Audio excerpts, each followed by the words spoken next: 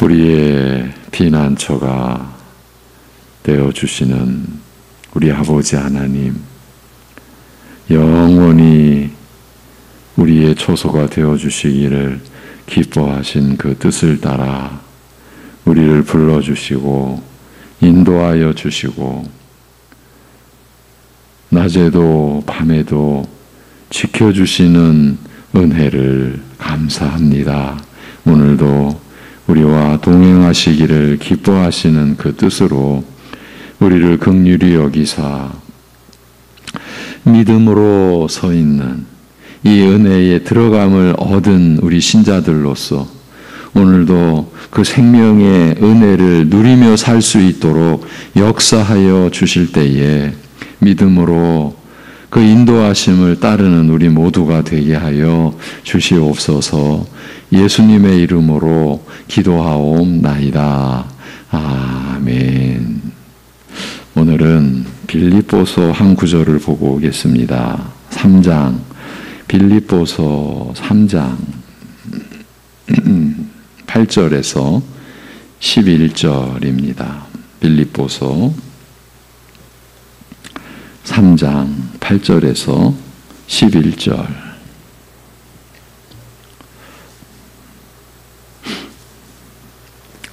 빌립보서 3장 8절에서 11절 우리 같이 보도록 하겠습니다. 다 같이. 또한 모든 것을 해로 여김은 내 주 그리스도 예수를 아는 지식이 가장 고상하기 때문이라. 내가 그를 위하여 모든 것을 잃어버리고 배설물로 여김은 그리스도를 얻고 그 안에서 발견되려 함이니 내가 가진 의의는 율법에서 난 것이 아니요 오직 그리스도를 믿음으로 말미암은 것이니 곧 믿음으로 하나님께로부터 난 의라. 내가 그리스도와 그 부활의 권능과 그 고난에 참여함을 알고자 하여 그의 죽으심을 본받아 어떻게 해서든지 죽은 자 가운데서 부활에 이르려 하노니. 아멘. 오늘 빌립보서의 한 대목을 보려고 한 의도는 어제의 말씀과 연관이 있습니다. 그로 말미암아 우리가 믿음으로 서 있는 이 은혜에 들어감을 얻었다는 사실은 분명히 신자가 하나님 앞에 나아가는 일에 있어서 예전과는 다른 태도를 갖게 해준다고 했습니다. 어제의 요점이었죠. 아담이 에덴 동산에서 누렸던 것과 완벽하게 실제적으로 같은 것은 아니지만 우리 신자들은 언제든지 하나님을 자유롭게 만날 수 있고 얼마든지 그 풍성하고 따뜻한 긍휼과 자비에 호소할 수 있으며 하늘로부터 임하는 신령한 은혜를 구할 수 있게 되었습니다. 떨며 즐거워함으로 하나님께 예배하며 나아가 무능력한 우리의 죄를 자복하고 새 사람으로 살 힘을 오늘도 내려주십사고 은혜를 구하면 얼마든지 들어주시는 은혜가 예수 그리스도로 말미암아 우리에게 주어졌다는 것입니다. 하나님의 의가 무엇인지 아는 사람, 그 의를 받은 사람, 믿음으로 말미암아 의롭다 하심을 받은 사람은 이미 은혜에 들어감을 완벽하게 얻은 사람입니다. 이제 그 사람은 바로 여러분은 그 은혜를 누릴 일만 남았다고 했습니다. 오늘 이 점과 연관된 내용을 빌립보서를 통해 확인해 드리려는 것입니다. 그리스도의 십자가 그 은혜, 이 땅에 오직 하나님의 지혜요 하나님의 능력으로 우리에게 베풀어진 그리스도의 십자가의 그 은혜를 누릴 일만 남았다는 겁니다. 누려야 한다라는 겁니다. 빌립보서의 오늘 본문까지 오는 동안 바울은 믿는 사람들마저도 혼란에 빠뜨릴 수 있게 하는 교묘한 거짓 교훈에 대해 소상히 밝혔습니다. 빌립보서의 내용입니다. 그건 고난의 현실과 그 상황뿐만 아니라 거짓된 헛된 교리에 자기 몸과 마음을 들여놓는 것도 성령 안에서 성도들에게 임하는 참된 기쁨을 빼앗아 가기 때문입니다. 그래서 자신도 한때 깊이 빠져 있었던 가장 그럴듯한 거짓 교훈을 드러내고 구원 얻는 참된 믿음은 어떻게 그리스도 예수 안에서만 주어지는 것인지를 설명했던 것입니다.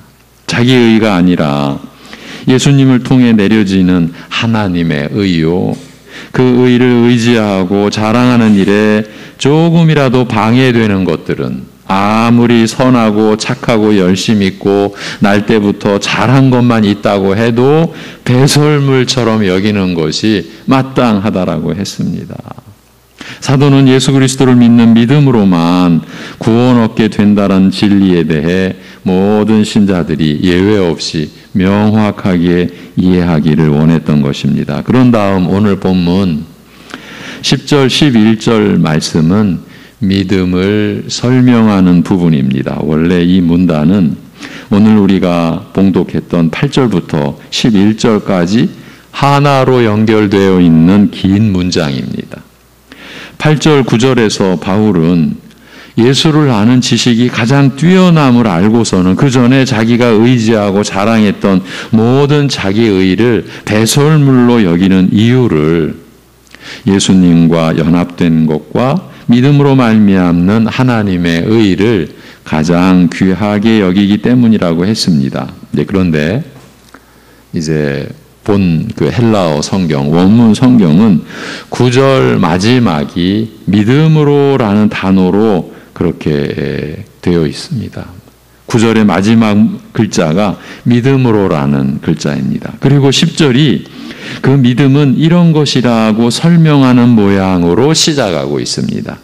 하나님의 의를 우리에게 거저 흘러 들어오게 하는 그런 믿음이 어떤 것이냐는 말입니다. 다시 말하면 믿음은 이런 특성을 가지고 있고 이런 믿음을 통로로 해서 하나님의 의가 우리에게 흘러 들어온다.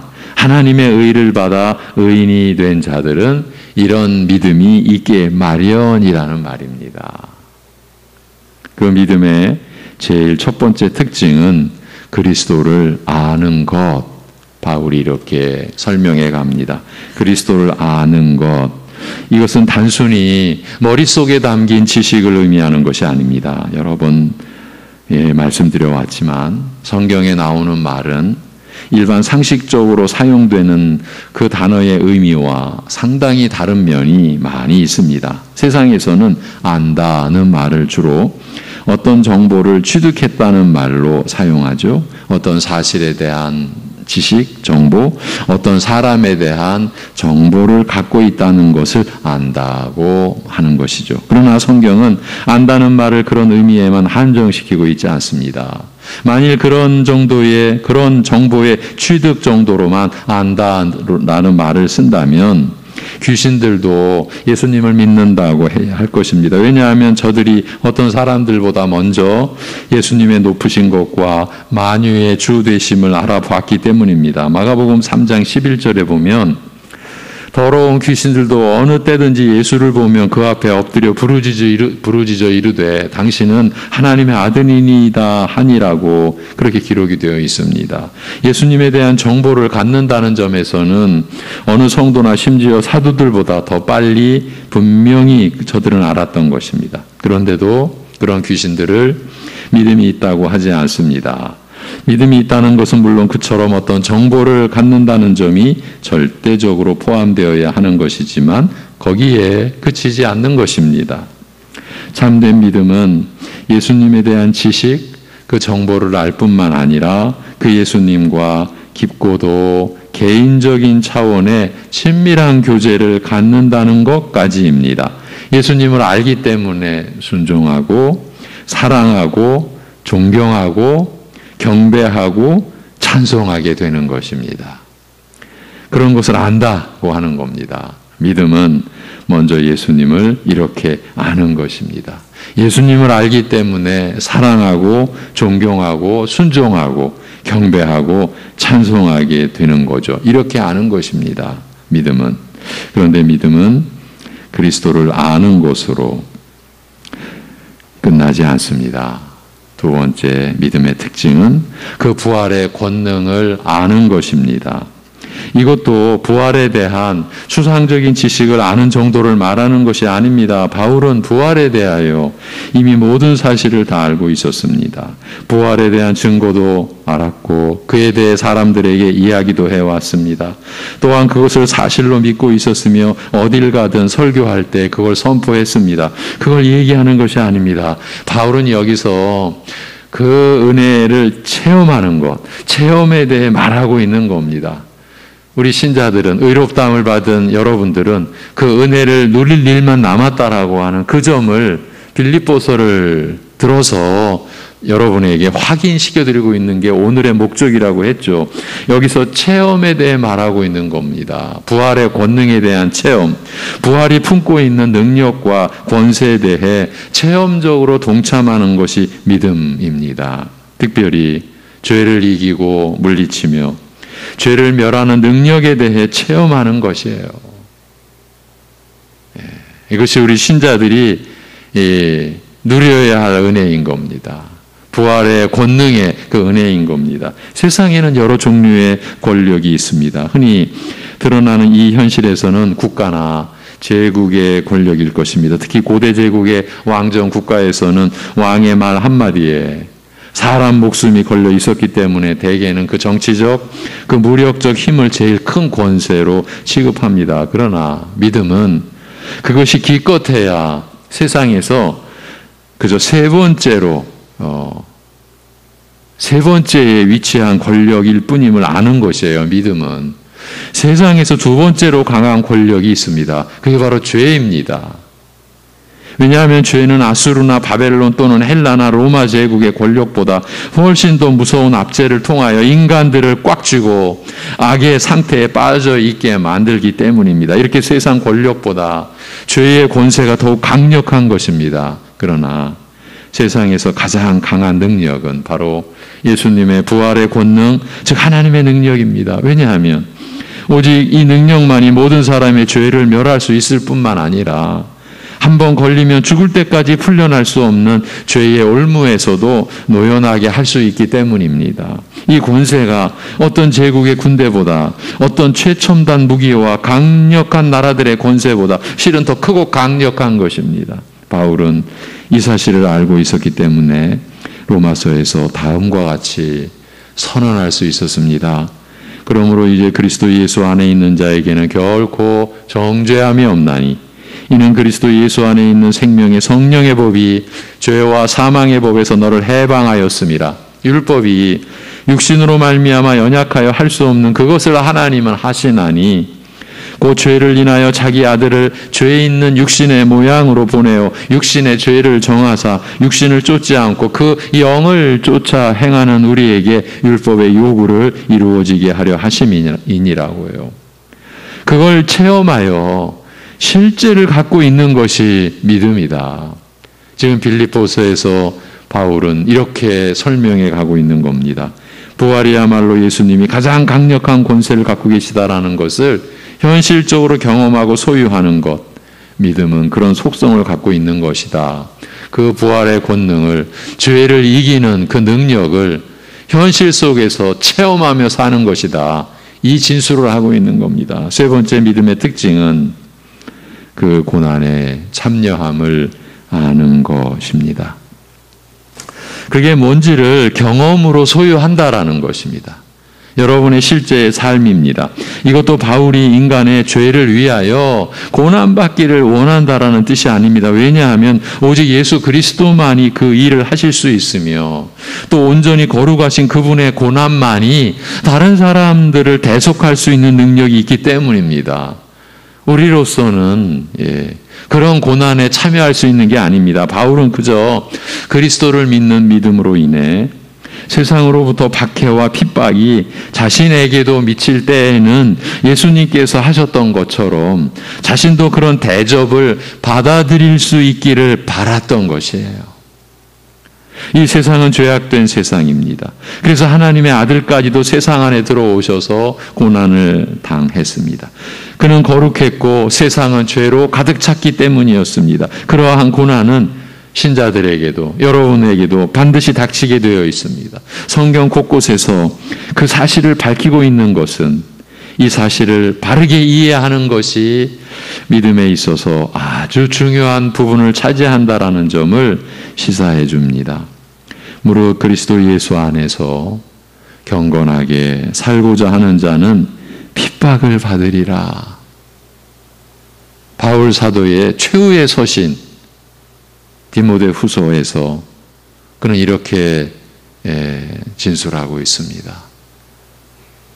베드로 사도가 택한 자들에게, 그러나 흩어진 나그네들에게, 세상에 속할 수 없는, 그래서 흩어진 나그네로 살 수밖에 없는 그러한 진술과 바울의 진술이 근본이 같은 거죠. 그리스도 예수 안에서 경건하게, 그러니까 하나님을 바라보며 예수 그리스도를 따라 살고자 하는 자는 핍박을 받으리라. 사랑하는 자들아, 너희를 시련하려고 오는 불시험을 이상한 일 당하는 것 같이 이상히 여기지 말고 오직 너희가 그리스도의 고난에 참여하는 것으로 즐거워하라. 이는 그의 영광을 나타내실 때 너희로 즐거워하고 기뻐하게 하려 함이라. 너희가 그리스도의 이름으로 욕을 받으면 복 있는 자로다. 영광의 영 곧 하나님의 영이 너희 위에 계심이라. 베드로 사도가 첫 번째 편지에서 서술한 내용입니다. 물론 예수님께서 먼저 이 사실을 가르치셨습니다. 세상에서는 너희가 환난을 당하나 담대하라. 내가 세상을 이기었노라 하시니라고요. 믿음은 고난 받을 때 이런 말씀이 자기에게 이루어지는 중인 줄 알고 인내하고 기도하고 또 어떤 면에서는 내가 하나님께 속했고 하나님의 영이 우리 위에 있는 증거인 줄 알고 기뻐하기도 하는 것이에요. 이게 믿음의 특징이라는 거죠. 고통스럽고 절망적이고 힘들지만 이 고난이 주님께서 하나님의 아들이신 것과 거룩하신 것 때문에 받으신 것과 크기는 달라도 동일한 이유와 소속 때문에 받는 것임을 알고 고난받을 때에 단지 예수님처럼 반응하기를 원하는 것입니다. 고난당할 때 이런 자세로 당하면서 여전히 하나님을 믿고 경배하는 자로 사는 것입니다. 바울이 이 얘기를 하는 것입니다. 오직 의롭다함을, 믿음으로 의롭다함을 받은 자들에게 이런 모습이 나타나야 된다라는 거죠. 필요하다면 내 생명까지 기꺼이 드릴 준비가 되어 있음을 의미합니다. 그의 죽으심을 본받아라는 말이 그 뜻입니다. 이 말은 내가 하나님께 순종하게 된 나머지 나보다 앞서 주님께서 그렇게 하셨듯이 필요하다면 내 생명까지 기꺼이 드릴 준비가 되어 있음을 의미합니다. 그것이 믿음의 특징이라 고난에 참여함을 아는 것이라 바울은 고난을 겪을 때 그런 자세와 마음을 버리지 않는 자가 되는 것이 바울 그에게 있어서 가장 중요한 목표였던 것입니다. 내 생명을 빼앗기는 일이 필요하다면 거기까지 고난을 당해도 오히려 기도하고 기뻐하고 찬송하며 경배하는 자로 사는 것을 바라는 것이에요. 믿음은 그런 중대한 특징을 갖고 있다고 그렇게 우리에게 설명해 주고 있는 겁니다. 믿음의 네 번째 특징이 있습니다. 그건 부활을 소유한 자로 나타나는 것이에요. 죽은 자 가운데서 부활에 이르려 하노니라는 말씀이 그 뜻입니다. 이 말씀도 이 11절의 이 말씀도 단순히 이 죽은 다음에 부활할 것을 바란다라는 뜻이 아닙니다. 그렇게 이해하면 안 되죠. 그가 죽음 이후의 삶에 대해 염려하거나 확신을 갖고 있지 못하다는 뜻으로 이해되어서는 절대 안 되죠. 예. 바울 그는 모든 성도들에게 부활의 확실성을 강조하여 선포한 사람, 그 사도입니다. 로마서 8장에서 내가 확신하노니 사망이나 생명이나 천사들이나 권세자들이나 현재일이나 장래일이나 능력이나 높음이나 깊음이나 다른 아무 피조물이라도 우리를 우리 주 그리스도 예수 안에 있는 하나님의 사랑에서 끊을 수 없으리라고 기록한 구절이 그 점을 증명합니다. 그 자신이 누구보다 더 큰 확신을 갖고 있었기 때문에 이 같은 권면이 나올 수 있었던 건 아니겠습니까? 그러니까 이 말은 그런 의미가 아닙니다. 바울이 부활에 대하여 확신을 못 갖고 있어서 그런 고백을 하는 게 결코 아닙니다. 사실 바울은 본인이 그리스도를 닮은 생활을 해 나감으로써 사람들이 자신을 볼 때, 바울 자신을 볼 때 자기 자신이 부활을 알고 소유한 자로 산다는 사실이 명확해지기를 바라고 있는 것이에요. 전에도 그랬고 지금도 그렇고 앞으로도 점점 더 그렇게 자신을 통해서 저 사람은 부활을 확실히 믿고 그 부활의 능력과 은혜를 소유한 자로 살고 있구나. 그 사실이 분명하게 드러나기를 바울은 이걸 바라고 있다라는 거예요. 왜 그런가 하는 것은 좀 세부적이고 좀 전문적이다. 좀 신학적으로 전문적이라고 할 수 있는데 말씀을 드리자면 10절과 11절에 똑같이 부활이라는 말이 쓰여 있지만 우리말로는 부활이라는 말이 쓰여 있지만 원문 성경에서는 그 말이 서로 다른 단어입니다. 완전히 다른 뜻은 아니고 둘 다 다시 일어나다, 서다는 뜻이긴 합니다. 그러나 엄밀히 따지자면 10절의 부활이 그야말로 죽은 자 가운데도 다시 살아나신 부활을 의미하는 것이라면 11절의 부활은 좀 특별한 의미를 갖습니다. 이런 뜻입니다. 어떤 사람들 사이에서 특별하게 보이는 사람이라는 그런 의미를 담고 있는 낱말입니다. 이에 대해 오래전 한 성경학자가 이런 설명, 이런 논문을 써낸 적이 있었습니다. 원래 헬라인의 관념에서는 지금 이 신약 성경이 헬라어로 쓰여져 있는 그 시대 그 헬라인의 관념에서는 살아있는 사람은 서 있는 자이고 죽어있는 사람은 누워있는 자다. 그래서 바울은 지금 헬라식 관념을 동원하여 나는 영적으로 누워있는 자들, 즉 영적으로 죽어있는 자들 사이에 서 있는 자로 보이길, 서 있는 자로 밝혀지길, 서 있는 자로 드러나기를 원한다는 뜻으로 하는 말이다. 이렇게 이 구절을 풀이한 겁니다. 영적으로 죽은 자들 사이에서 나의 삶과 나의 행동을 통하여 영생을 미리 선보이려 한다라는 것이에요. 다시 말하면 예수님을 믿지 않아 죄 가운데서 헤어나오지 못하여 영적으로 죽은 상태로 사는 세상 사람들 가운데서 예수님을 경험하여 사귐으로 알고 부활의 권능과 필요하다면 죽기까지 고난에 참여함을 통하여 바울은 이 죽은 세상 한가운데서 신령한 나라와 예수 그리스도에 대하여 살아있는 자로구나 라는 이런 증거를 갖고자 한다라는 거예요. 즉 죄와 허물로 죽어버린 세상과는 영적 차원에서 구별된 자요 살아있는 증거를 확인받고자 한다라는 그 말이에요. 이런 것이 믿음의 본질이다. 이렇게 설명하고 있는 겁니다. 여러분, 우리는 이 세상에서 어떤 모습으로 드러나기를 바라며 우리가 살고 있는 겁니까?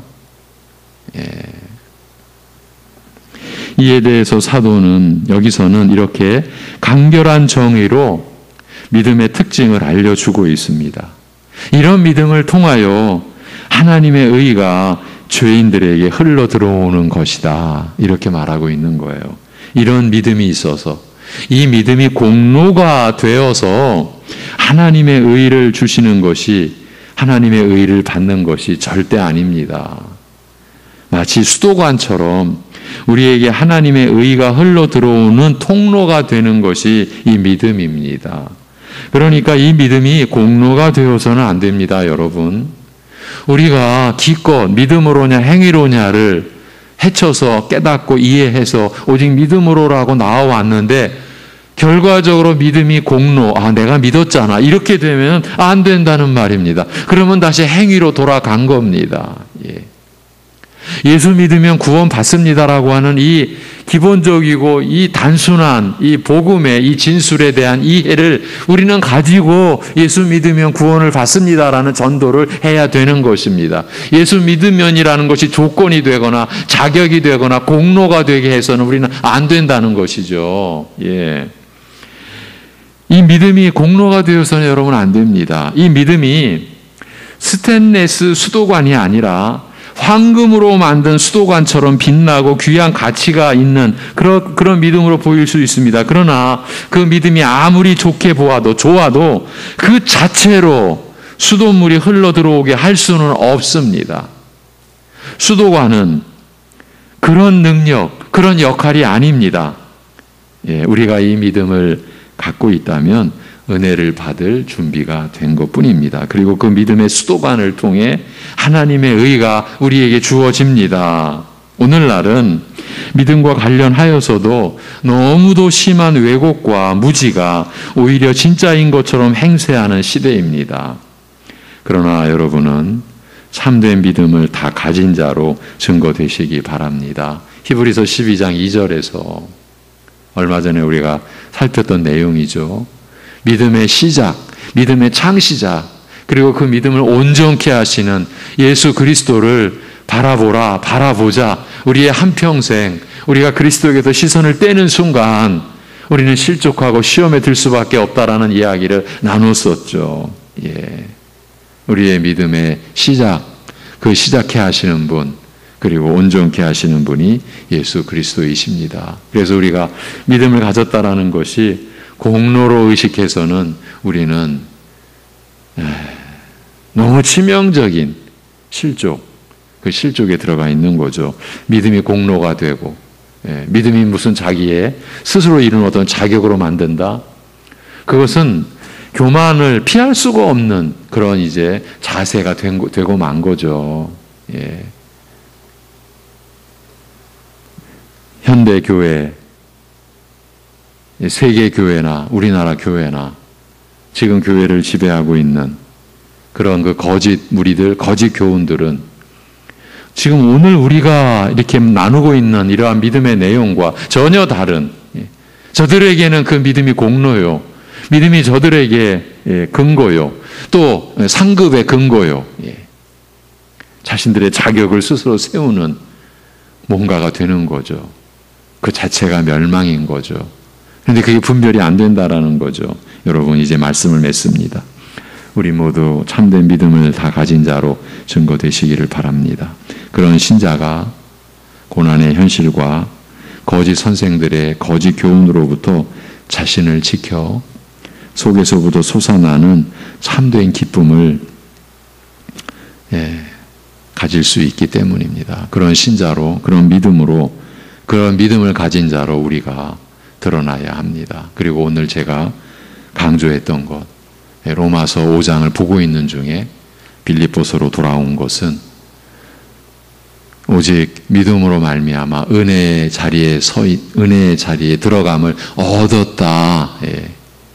이것은 이미 과거 완료, 이미 되어진 일이에요. 그러면 우리로서는 이 은혜를 누릴 일만 남았다라는 거. 그것이 매일 여러분이 그리스도의 십자가의 은혜를 체험하는 삶을 사는 일. 바울 사도가 빌립보서에서 그 진술을 하고 있는 거예요. 소위 기쁨의 서신이라는 별칭이 붙어있는 이 서신이 감옥에서 쓰여졌어요. 그런데 그는 자신의 현실적 조건과 환경과 상황과는 아무 상관없이 죽는 것도 내게 유익하다.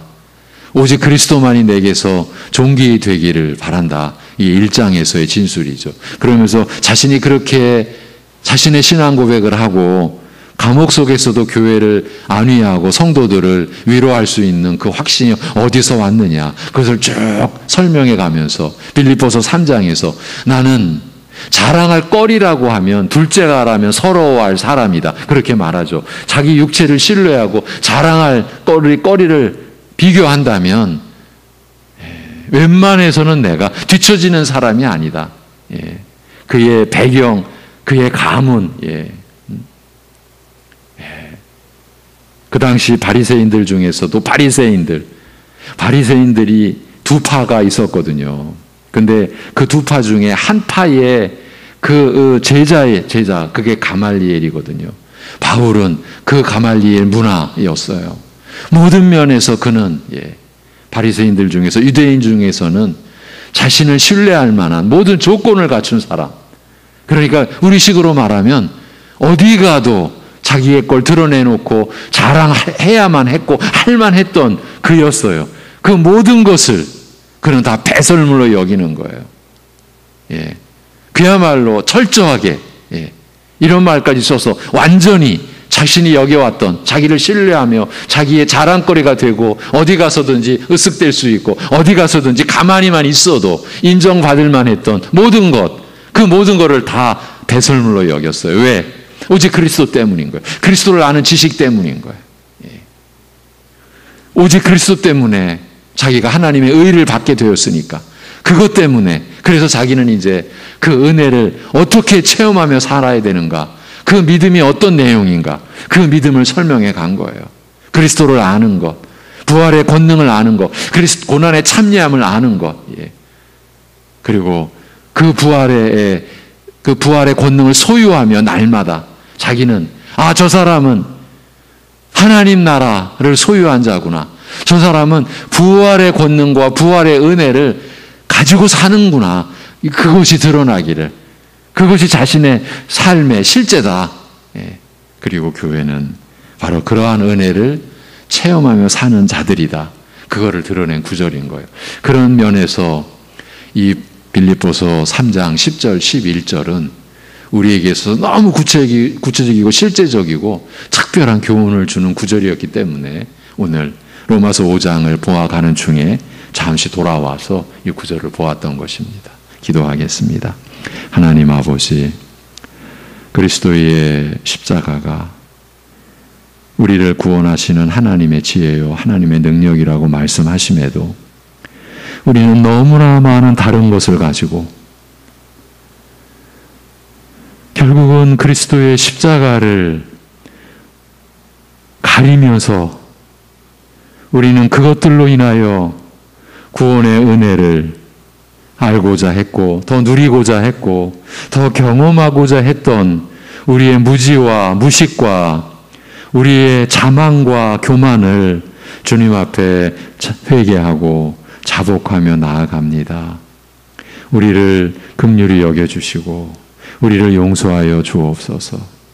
우리는 우리의 것을 가지고 그리스도의 십자가를 헛되이 하면서도 우리는 무엇을 잘못하고 있는지, 우리가 무슨 무서운 일을 하고 있는지조차도 모르는 우리들이었음을 고백합니다. 교회 안에서 어쩌면 사역자들로 인해서 그러한 죄악이 더 일어났고 더 만연되게 한 그것을 주님 앞에 고백하며 자복하며 회개하오니 우리를 긍휼히 여겨 주옵시고, 그러한 죄악의 얽매임, 거짓 교훈의 얽매임에서 우리를 노임받게 하여 주옵시고 자유하게 하여 주옵시고, 오직 바울과 같이 그리스도 안에서 그리스도를 얻고 그리스도 안에서 발견되어지기를 원하는, 그래서 날마다 그리스도를 아는 체험, 그 부활의 권능을 아는 체험, 고난의 참여함을 아는 그러한 경험, 그리고 부활을 소유한 자로 살아가는 그러한 경험이 우리 사랑하는 성도들의 매일의 삶에서 누려지는 은혜가 되도록 역사하여 주시옵소서. 아버지 하나님, 은혜의 자리에 오직 믿음으로 들어섬을 얻었는데 어쩌면 그 은혜의 자리에 들어가기 위하여 몸부림치는 것처럼 우리가 살고 있는 것은 아닌지, 그만큼 믿음이 연약하고 확신이 없어서 이미 들어감을 얻은 것을 알지 못하고 은혜를 누릴 일만 남았는데 알지 못하고 그 은혜를 아직도 받지 못한 모습인 양 우리가 살고 있는 것은 아닌지 우리 자신을 살펴볼 수 있는 은혜를 허락하여 주시옵소서. 어두운 눈을 밝혀 주시옵소서. 우리에게 베풀어진 하나님의 은혜를 알게 하여 주옵시고, 그 은혜를 누리며 살아갈 때에 그리스도의 십자가에 못 박히신 그리스도가 그 은혜의 중심에 있음을, 다른 것을 우리가 붙잡는 게 아니라, 다른 것을 우리가 취해서 그 은혜를 누리려고 하는 게 아니라 오직 십자가에 못 박히신 그리스도만을 얻고 그 안에서 우리가 발견되어짐으로 인하여서 그 은혜를 날마다 체험하는, 그래서 죄를 이기고 의에 대하여 산 자요 하나님을 향하여 산 자로서 오늘도 우리가 살아갈 수 있게 하여 주옵소서. 병상에 있다 할지라도, 심각한 고난과 어려움과 힘든 일 가운데 있다 할지라도 우리를 지키시는 하나님, 졸지도 주무시지도 아니하시고 우리의 영혼을 지키시는 하나님과 동행하는 그러한 은혜를 오늘도 체험할 수 있게, 믿음으로 그 은혜 속에 들어갈 수 있게 역사하여 주시옵소서. 우리 주 예수 그리스도의 이름으로 기도하옵나이다.